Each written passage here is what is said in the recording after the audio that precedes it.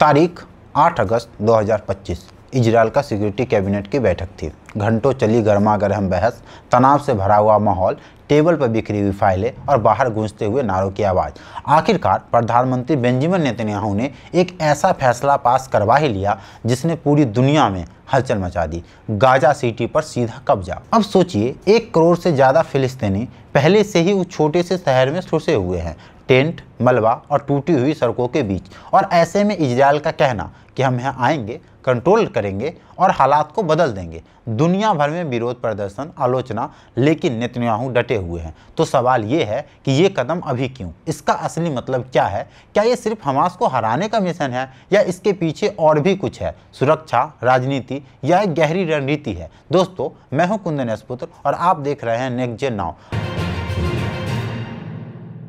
आज हम सिर्फ इस प्लान को समझने नहीं जा रहे हैं, हम इसके जड़ों तक जाएंगे। हम देखेंगे कि इजरायल इसे क्यों जरूरी मानता है, फिलिस्तीनियों को इसमें क्या डर दिखता है और दुनिया क्यों इसे एक विस्फोटक मोड़ मान रही है। चलो शुरुआत करते हैं इतिहास से, क्योंकि इसे समझने के लिए हमें थोड़ा तो इतिहास जानना होगा। गाजा जमीन का एक छोटा सा टुकड़ा, लेकिन संघर्ष का बहुत बड़ा मैदान। 1967 6 दिन की जंग होती है। इजरायल ने गाजा को मिस्र से छीन लिया, साथ में West Bank, east Jerusalem, Sinai और गोलान हाइट्स भी। तब इजरायल का तर्क साफ था, हम पर हमला हुआ और हमें अपनी सुरक्षा के लिए ये इलाके चाहिए। लगभग 38 साल तक इजरायली सेना वहां रही, बस्तियां बनती और दोनों तरफ तनाव बढ़ता। फिर आया साल 2005। इजरायल ने गाजा से पूरी तरह से निकलने का फैसला किया, बस्ती तोड़ी, फौज हटाई। इजरायल के कई लोगों के लिए ये एक जोखिम भरा काम था। उनका मानना था कि बाहर निकलते ही गाजा आतंकियों के हाथ लग सकता है, और ठीक अगले 2 साल में वही हुआ। 2007 में हमास ने चुनाव जीते और फिर पूरी तरह से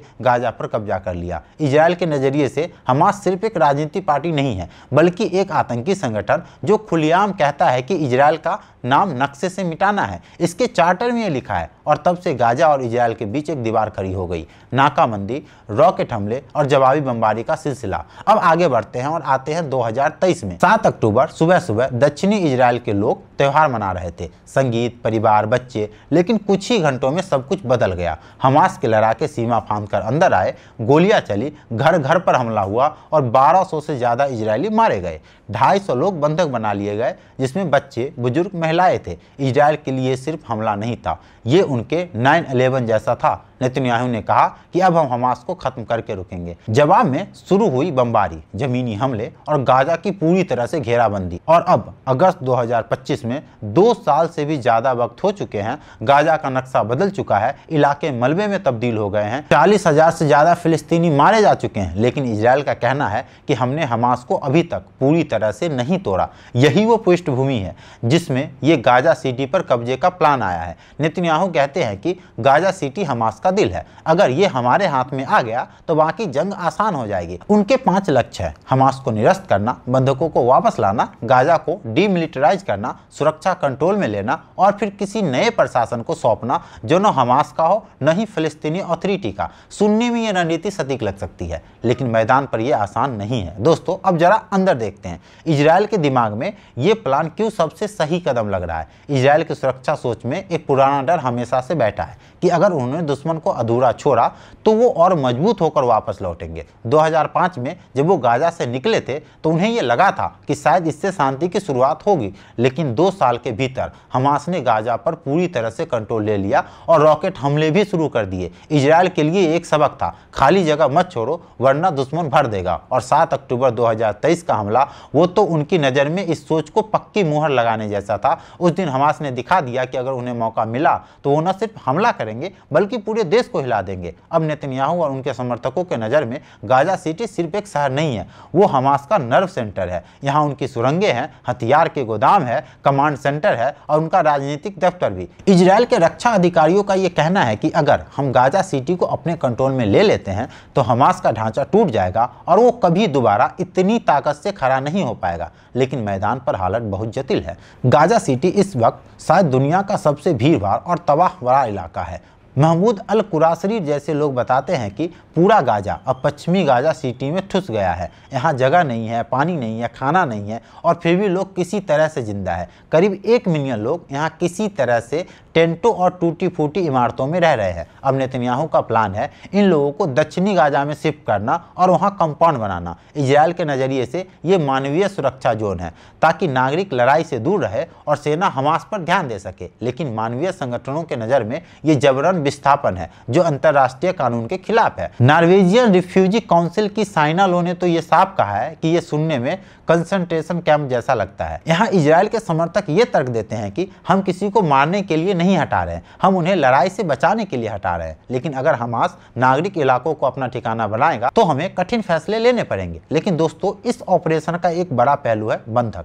करीब 50 इजरायली अब भी हमास के पास कैद हैं। उनके परिवार टूट चुके हैं। अनाथ अंग्रेज जिनका बेटा बंधक है नेतन्याहू से कहती है कि आप नाकाम रहे। 7 अगस्त 2025 को कुछ परिजनों ने नाव लेकर अस्केलोन से गाजा की तरफ सफर किया सरकार पर दबाव बनाने के लिए। उनका डर, अगर गाजा सिटी पर हमला हुआ तो हमास बंधकों को मार सकता है। इजरायल के अंदर इस प्लान पर बवाल है। तेल अवीव, यरूशलेम, हाइफा, हर जगह प्रदर्शन हो रहे हैं। लोग नेतन्याहू से कह रहे हैं कि ये हमारी सेना को थका देगा, अरबों डॉलर खर्च होंगे और बंधकों की जान भी जाएगी। विपक्षी नेता याइर लैपिड तो इसे तबाही का नुस्खा कहते हैं। पूर्व जनरल याइर गोलन कहते हैं कि ये बंधकों के लिए मौत का फरमान है और इससे और ज्यादा मातम मचेगा। खुद आईडीएफ चीफ आयल जामी ने चेताया कि पूरी गाजा सिटी पर कब्जा करने का मतलब है सालों तक युद्ध में फंस जाना, संसाधन को खत्म करना और हर कोने में खतरा झेलना। अब बात करते हैं दुनिया की। ऑस्ट्रेलिया की फॉरेन मिनिस्टर पेनी वोंग कहती है ये तो अंतर्राष्ट्रीय कानून का उल्लंघन है, तुरंत युद्ध विराम होना चाहिए और 2 राष्ट्र समाधान की तरफ बढ़ना चाहिए। सिडनी में तो 1 लाख से ज्यादा लोग हार्बर ब्रिज पर मार्च कर चुके हैं।